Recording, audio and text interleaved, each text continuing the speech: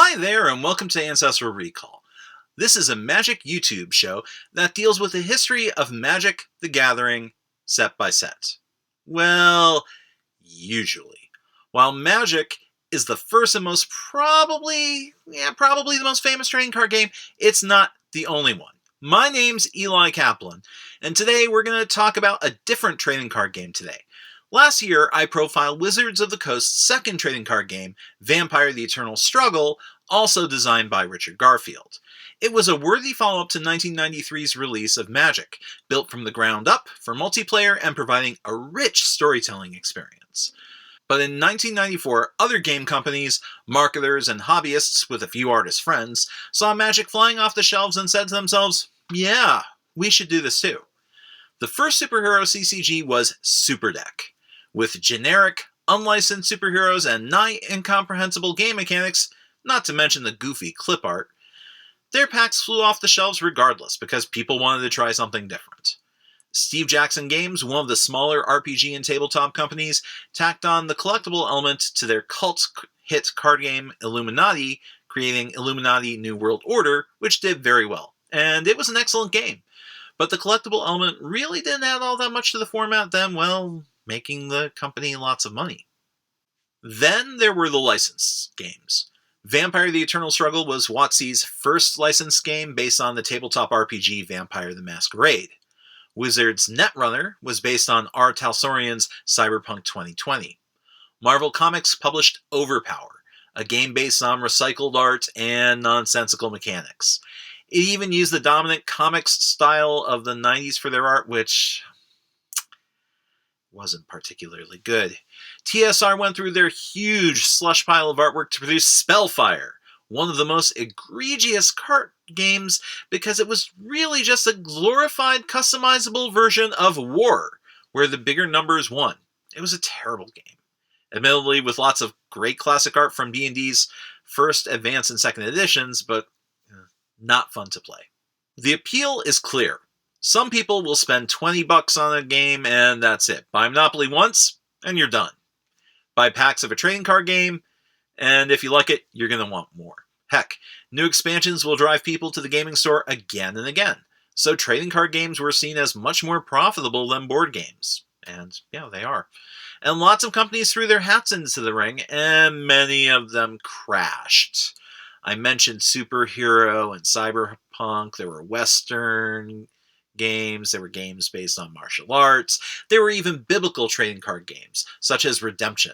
Oh boy, this was a confusing and crowded time.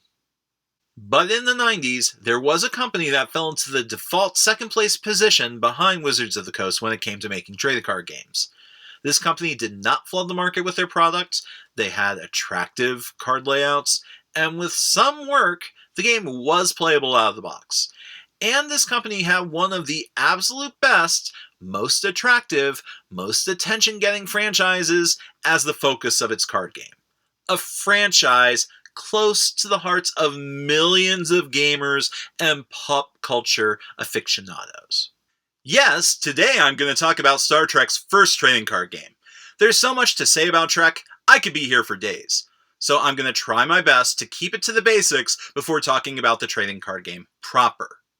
Conceived in 1966 by Gene Roddenberry, Star Trek debuted on CBS and was conceived of as a Western in space.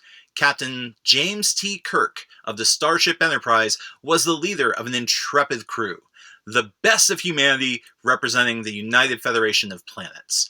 Traveling in a barely explored frontier, Kirk and his two closest friends and confidants, Mr. Spock and Dr. McCoy, discovered strange new worlds, new civilizations, and acted as agents of peace and understanding, dealing with antagonists such as godlike energy beings, malevolent artificial intelligences, cunning space bandits, and, tribbles. Kirk and company spent 3 seasons finding love, victory, and friendship as the depths of human compassion, logic, and emotion were explored and mirrored in the eyes of others. But CBS pulled the series after a short time in the graveyard slot of Friday evening at 10 p.m. since the show came in regularly over budget. There was a short revival in the 1970s with an animated series produced by Filmation, coupled with voice performances from the original cast. But overall, Star Trek was mostly defunct for over 2 decades, though fans would come together to discuss the show and trade memorabilia at science fiction and comic book conventions. My first con was a Star Trek convention back when I was 9 or 10 years old, which I attended with my grandfather, who really enjoyed Trek. Trek was a family institution, and some of the first books I read at my JCC when I was 4 years old were Star Trek books for kids based on the animated series. So, I kind of started off reading with that. When I produce my show, I often have episodes of Trek on in the background. In the 80s, I would stay up on Saturday evenings waiting for SNL, Saturday Night Live, to come on. But before that, I would watch the local public broadcast station, which showed episodes of Star Trek commercial-free. In the 80s, the Trek franchise did return sporadically with motion picture releases. The second film, The Wrath of Khan, was a stellar film telling a tale of Shakespearean tragedy, revenge, and redemption, and should be seen by everyone, even if you haven't watched any Trek before. Some of the films were great, others were lousy, and some were vanity projects, such as Star Trek V. With a theatrical success, Paramount decided to bring Trek back to the small screen in 1987, and I was super excited. This wasn't the Trek of old, this was Star Trek: The Next Generation. With an all-new cast and a much more modern-looking bridge and set, Next Generation caught the attention of young and old alike. Running 7 seasons from 1987 to 1994, this show featured the flagship of Starfleet 100 years after the original. This enterprise was helmed by Jean-Luc Picard, played by Patrick Stewart. Picard was a crusty, willful old salt, but he was also a consummate diplomat and explorer. Assisting Picard were an elite cadre of officers. First Officer Commander William Riker was debonair, morally upright, but with a weakness for the females, much like Captain Kirk in the original series. Fan favorite Lieutenant Commander Data, Science Officer, was Starfleet's first android officer. Data was logical, curious, innocent, and forever sought to understand the human condition. Dr. Beverly Crusher mended the ill in sickbay and dealt with bizarre plagues. Lieutenant Geordi LaForge was the curious, brilliant chief engineer who could find a technological miracle just in the nick of time to save the day or save the ship. Lieutenant Worf, a Klingon warrior raised on Earth, provided tactical aid and spent entirely far too much time getting smacked around by the threat of the week. And Counselor Deanna Troi provided emotional support and empathy for the crew, her duties enhanced by empathic abilities. Now, there were other regulars on the show, such as Guinan, the enigmatic bartender played by Whoopi Goldberg, Wesley, Dr. Crusher's son, and a precocious genius played by geek enthusiast Will Wheaton, and Dr. Pulowski, who was a very disagreeable doctor. I'd call her contemptible. For about 44 minutes a week, the Enterprise would perform missions of mercy, make first contact with new civilizations, break the limits of scientific understanding, and occasionally save the entire galaxy. The Next Generation crew helped negotiate a peaceful resolution to a civil war among the Klingon Empire, a major competitor to the Federation. The Klingon Empire was a warlike species that centered its culture around honorable combat and rituals. Klingons are fearless, proud to a fault, love rituals involving bloodletting and pain, and have love songs that I, thankfully, will not inflict upon you. In the original series, they were ruthless antagonists, roughly like the Russians at the height of the Cold War. But Next Generation Klingons could charitably be described as space Vikings. Picard also matched wits with crafty prelates and captains from the Romulan Star Empire, a cruel, cunning, dark mirror of the Federation. Based on subterfuge, xenophobia, and nationalism, the Romulans were selfish and haughty, whereas the Federation was tolerant and based on mutual coexistence and cooperation. For Magic players, these three were the game's 3 factions and colors, though each played out in a fairly fundamentally similar fashion. Alright, now there were 3 series following Next Generation, Deep Space Nine, Voyager, and Enterprise, And there is a new series currently being developed as of the time of the show that is expected to be within the same timeline. I'm making this show as part of the 50th anniversary of the debut of the original series. So happy anniversary, Star Trek! But let's skip all over that and get into the details of the actual game, Star Trek: The Next Generation Customizable Card Game. I'll start with the game's creator. Decipher, Incorporated, was a games company that started up in the early 80s, primarily focusing on creating and developing board games. And not just any board games, but VHS video board games. These games weren't designed for hardcore board gamers like people who played Axis and Allies or Cosmic Encounters or Avalon Hill board games.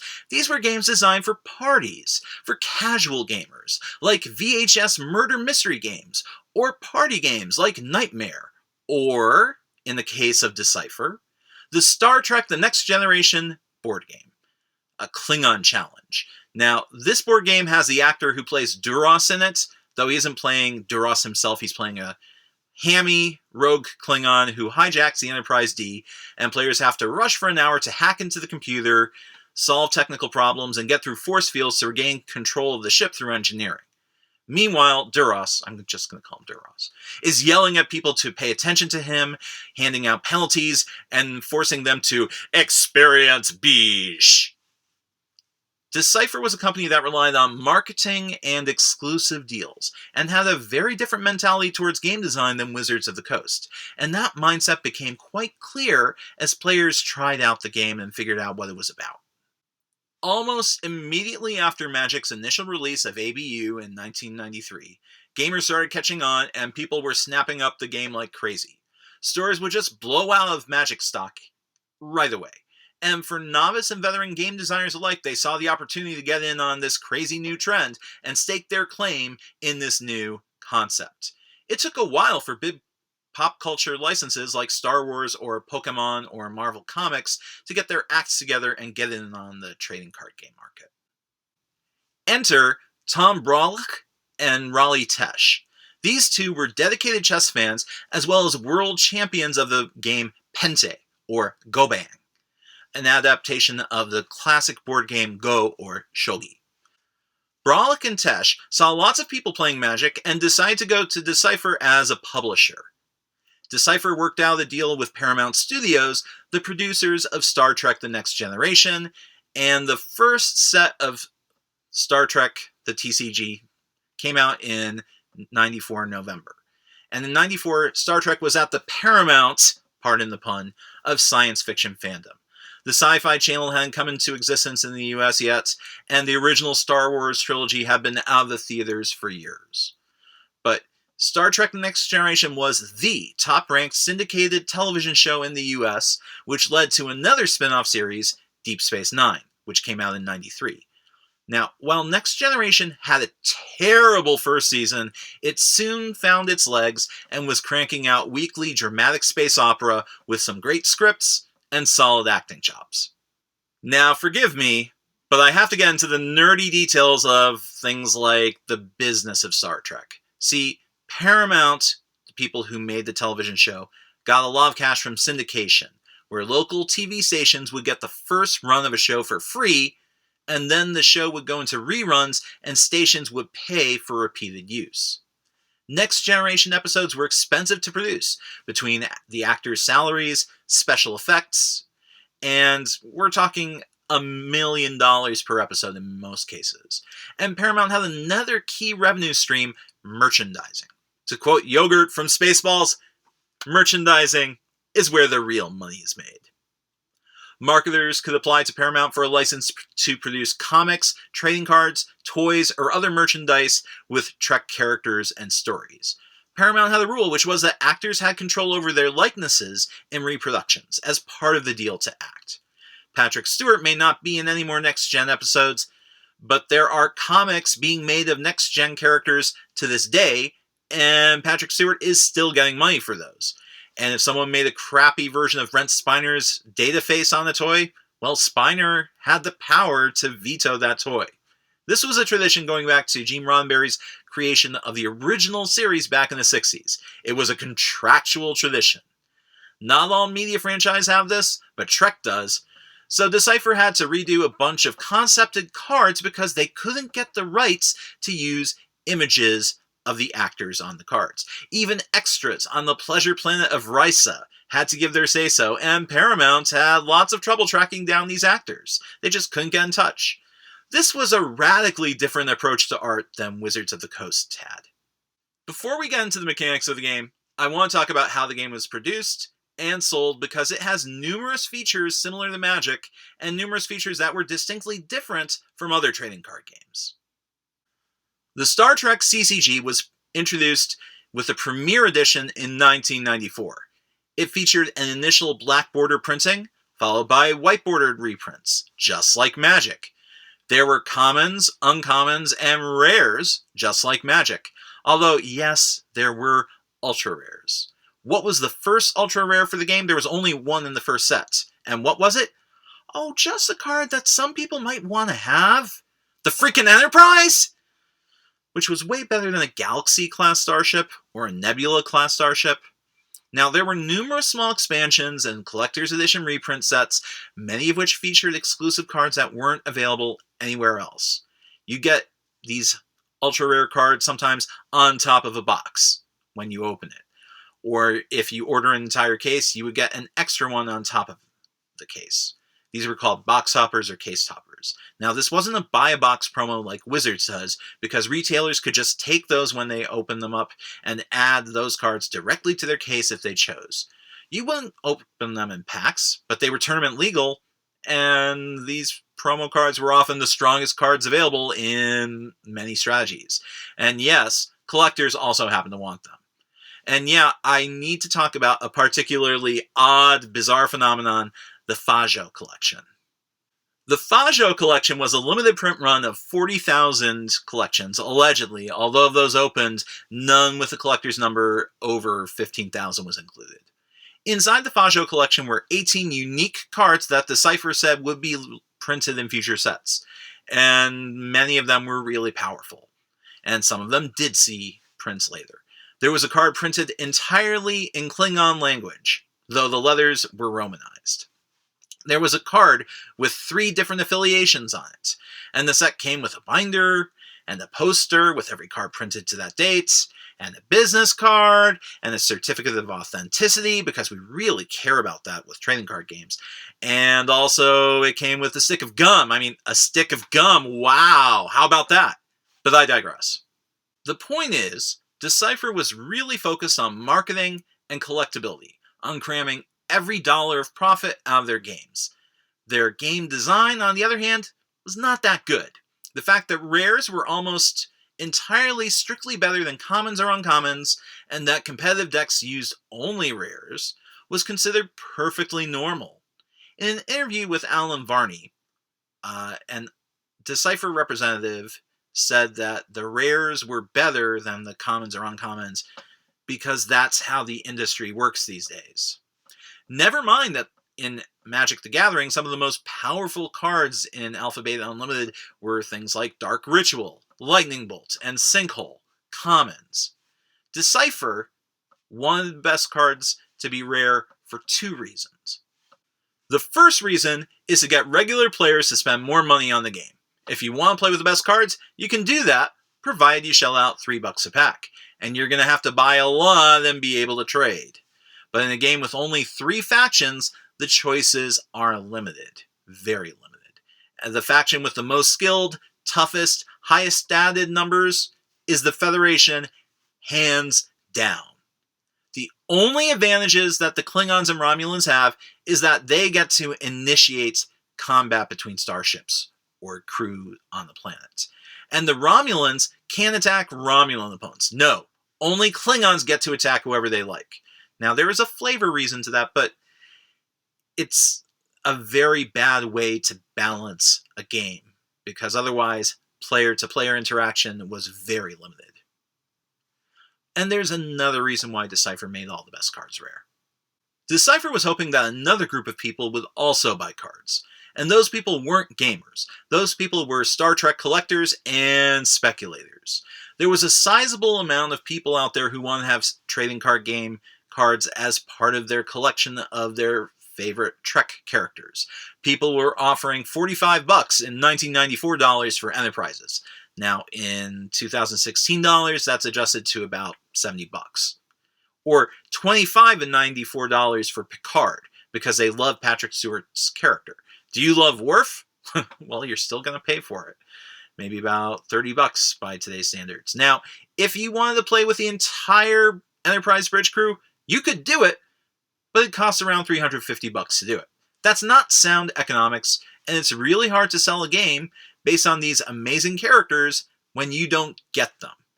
Later expansions in Stardex did give you somewhat easier access, so Decipher did eventually learn their lesson, but the principle of buying power equals powerful deck was in place.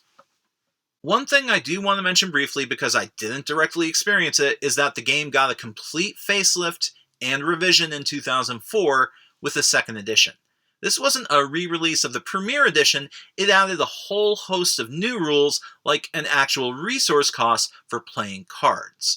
The original first edition rules, which I'm going to present to you today, didn't have a resource cost, merely a timing restriction. The second edition rules had a ton more dials and levers to adjust costs and actually balance the game.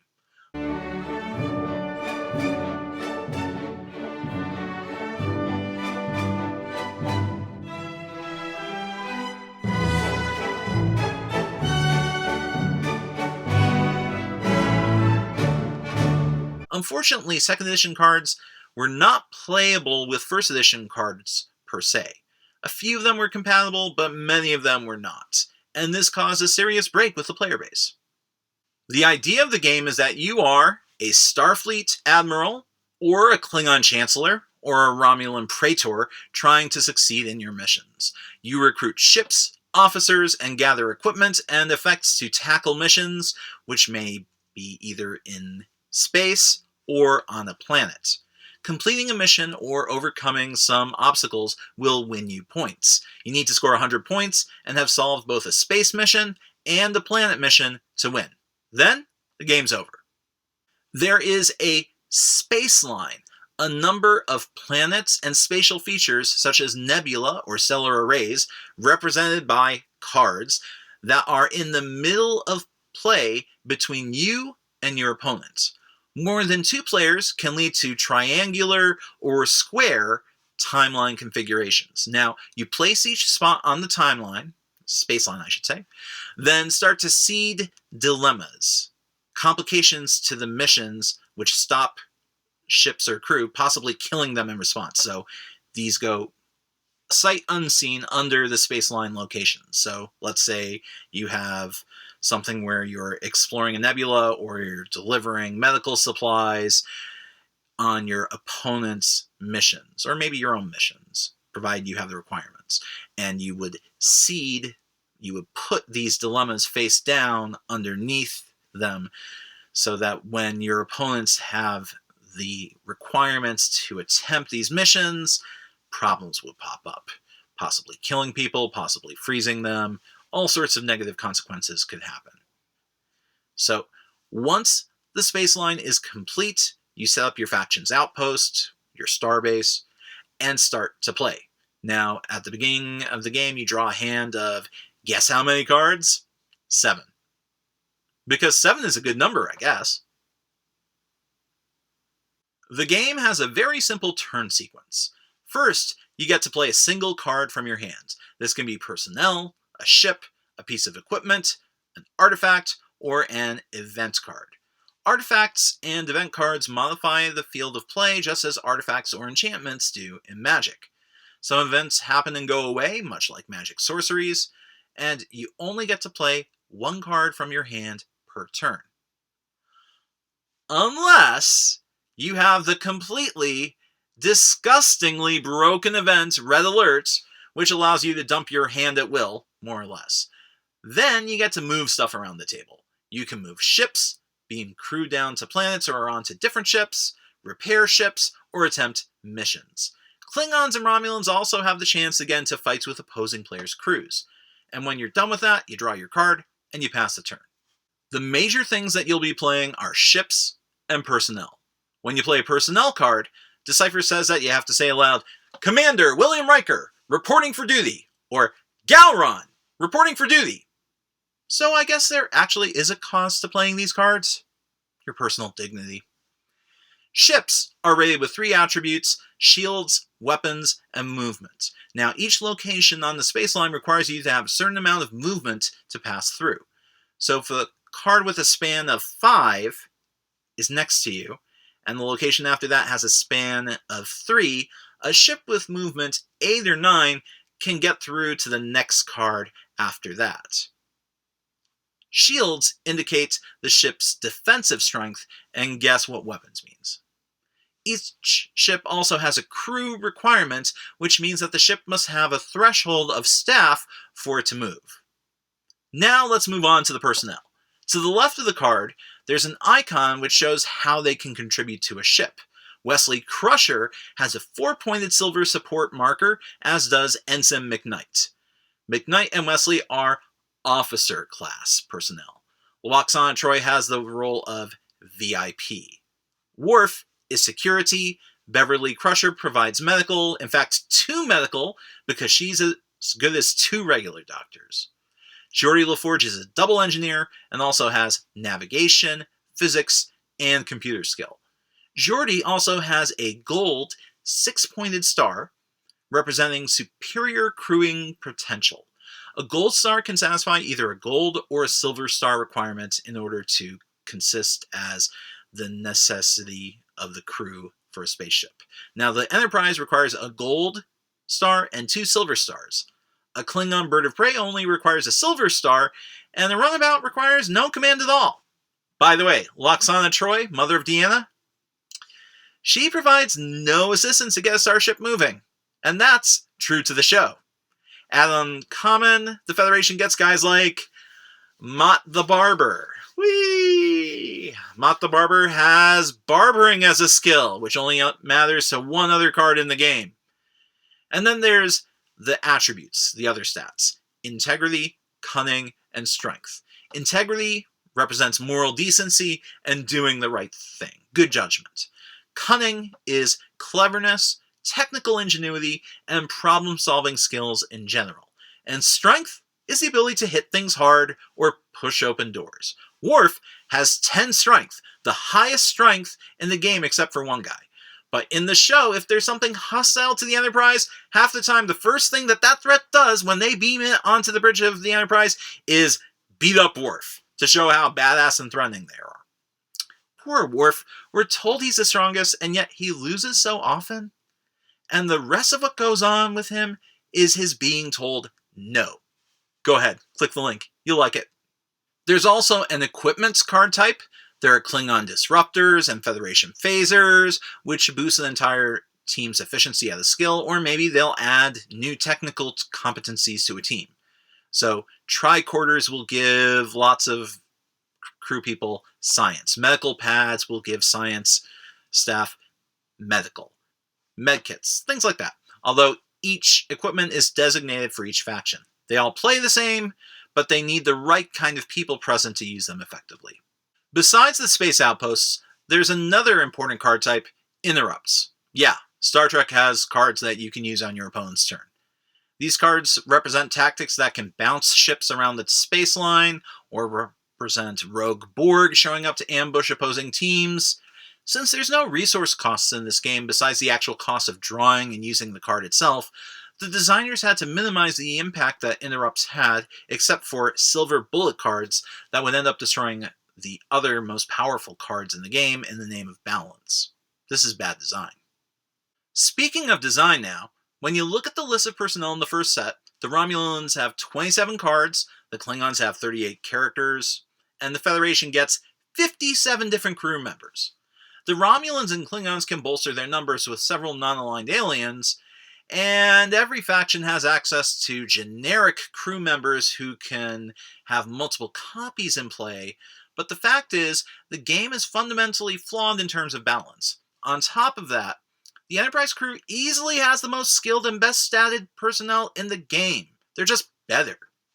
The reason for this imbalance is twofold. First of all, Decipher needs to have footage to generate images from, and there just aren't that many unique Klingons or Romulans in comparison to Federation humans from the show. And they also have to get permission from the actor to use their likeness. That's the way the Trek licensing works. But there's a larger, underlying issue to the Federation being overpowered. I have to say this again. Decipher was not just selling cards to people who wanted to play the card game. Decipher wanted to sell cards to collectors. People who love Star Trek and who had a favorite character, they wanted to get that card. I mean, I liked Chief O'Brien because Chief O'Brien is awesome. He's a fun character. In Next Generation, he's a somewhat imperfect guy. He operates the transporters and he shows up for random technical jobs, and he later on becomes a regular character in the series Deep Space Nine. And I wanted good money to get that O'Brien card. People wanted to collect the whole set, or at least Enterprise Bridge Crew, but since the Bridge Crew is all rare, they're going to need to buy a lot of product, or at least do some trading with people wanting cards for the actual decks, but the people who want the actual decks, the best performing decks, still want the Enterprise Bridge Crew. If the Enterprise Bridge Crew is overpowered and the clearly best strategy for winning the game, players don't want to part with them. I hope you can see the dilemma here. Well, a dilemma if you approach the game from the player's perspective. From Decipher's point of view, this was not a bug, this was a feature. They wanted money. Paramount wanted money. Gameplay wasn't the thing. And by the way, Chief O'Brien didn't have a card in the set. That ticked me off because I love O'Brien. But that begs the question again. Why are all the good, unique cards rare? Well, to go back to that interview with Alan Varney, Decipher said, well, the best and most powerful cards have to be rare. That's just the nature of the business we're in. Well, yeah, sure. If you don't put in some kind of resource management system like Magic's Mana System. Decipher soon also acquired the Star Wars CCG game, which had even more problems with rarity. They had rares and mythic rares. That is, they had rares that appeared once on the rare sheet and rares that appeared twice on the rare sheet. You get a Luke Skywalker card as a rare if you were very lucky. Luke's blaster was a rare, but you get Luke's goggles and Luke boots as uncommons. Heck, there was an uncommon, Luke's Back, which let you return a dead Luke from the graveyard to play at uncommon. This is, in a word, ridiculous. Both Trek and Star Wars eventually found ways to get nerfed versions of main characters into players' hands, but they were baby steps to paper over the cracks in the foundation.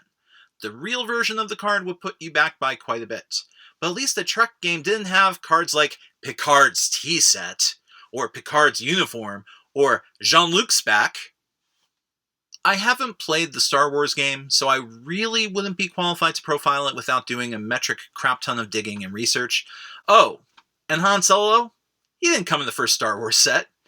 Nor did the Death Star, despite that set just covering A New Hope. Seriously! The thing about the Trek game was, it was not well balanced. Later sets would add new factions with a strong focus on the new one and only tiny dribs and drabs for the old three. So you'd have Bajorans and Ferengi and Cardassians show up, and the competitive tournaments were just cards from the new set with a few events from the original and the expansions and the super rare promos. Collectors still wanted the super scarce ones because of scarcity and the existence of a speculative collectible market. I mean, if you look at the 90s and the crash of the comic book industry, there wasn't a lot of need for Federation players to keep buying into the game. Now, it took 3 years for Decipher to get organized play up and running as well, despite its creators coming from a competitive board game circuit. And Paramount threatened to pull their license unless they got more money when they were talking about new sets. Funny how that works. And when the expansions did come out, there were a lot of complicated side decks, each of which could add some incremental advantage, such as a combat tactics deck, or a Q deck of ridiculous otherworldly powers, or apparently a Borv Hidemind deck. This was so gimmicky, adding new libraries to the game, and I'm not a fan of adding new types of libraries into trading card games. I consider it an extremely heavy-handed type of mechanic, having an additional deck to draw from. But If you want to buy a starter or three and have Mott the Barber, Loxana Troy, and that famous hero of the Federation, Calloway, hop into a runabout and possibly complete a mission or two, this is your game. If you want to spend a lot of money to build your Enterprise bridge crew and fly around the galaxy, solving terrible ethical issues and curing plagues, you can do it. But the investment cost was quite steep, and it was a solved game. There was one clear best faction out there. But, to the game's credit, the game did simulate the story of a Star Trek episode or two, often minus the lead characters. The idea of warping through nebulas and past black holes, of exploring ancient ruins and meeting new civilizations, or Klingons stealing battle plans, or Romulans using treachery, was represented with some degree of verisimilitude. There was a ton of abstraction, such as boiling down characters presented over 7 seasons into 3 numbers and a few keywords, but the game did appeal to the imagination and let you feel as if you were the captain calling the shots. The art was canned or incredibly lazy. I mean, just look at these treaty cards. But the vivid photos and the beloved faces of heroes and villains still captured the hearts of some gamers, even if it was just for a short time and they eventually quit the game after realizing how bad it was. I was playing a Klingon control deck, which had a reasonable crew and a lot of small birds of prey so that I could hunt enemy ships in pack formation and keep destroying them. Kapla! And that was fun, for me. For the other player, not so much. So yeah, I have a hard time putting ratings on trading card games other than Magic because I'm not nearly as avid a student or a fan of them. There are only so many expansions to this game that I haven't even looked at, let alone cracked a booster. I'm just reviewing the game's foundation and not the ways that Decipher tried to patch it, but it needed patching. I do remember seeing a warp pack, a pack of free cards that were on the shelves of my local game store.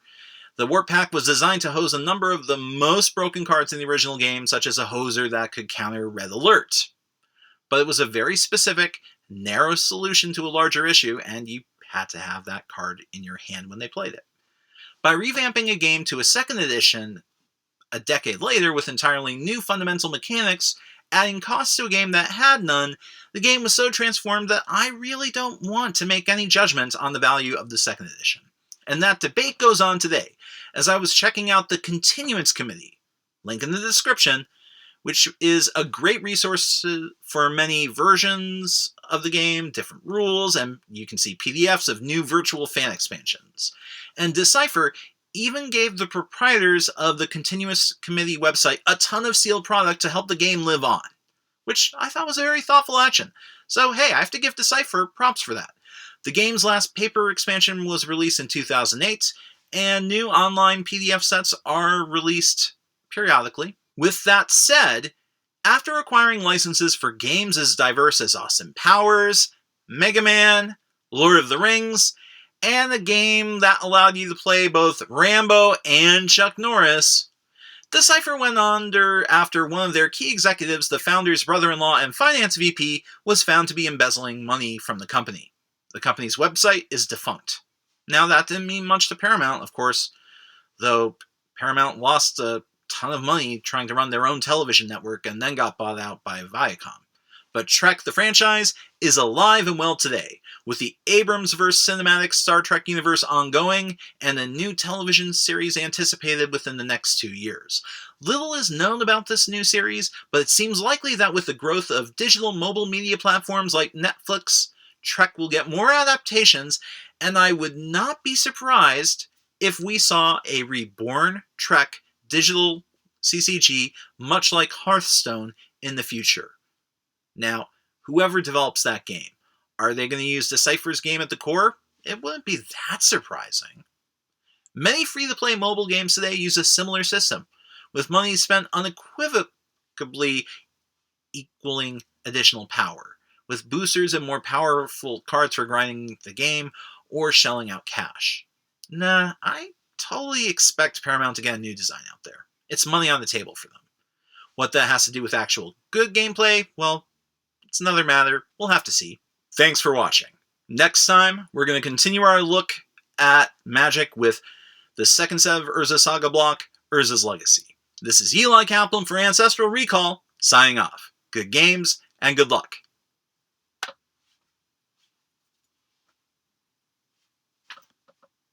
What? Did you think I was going to beam off screen? I can't even use Photoshop.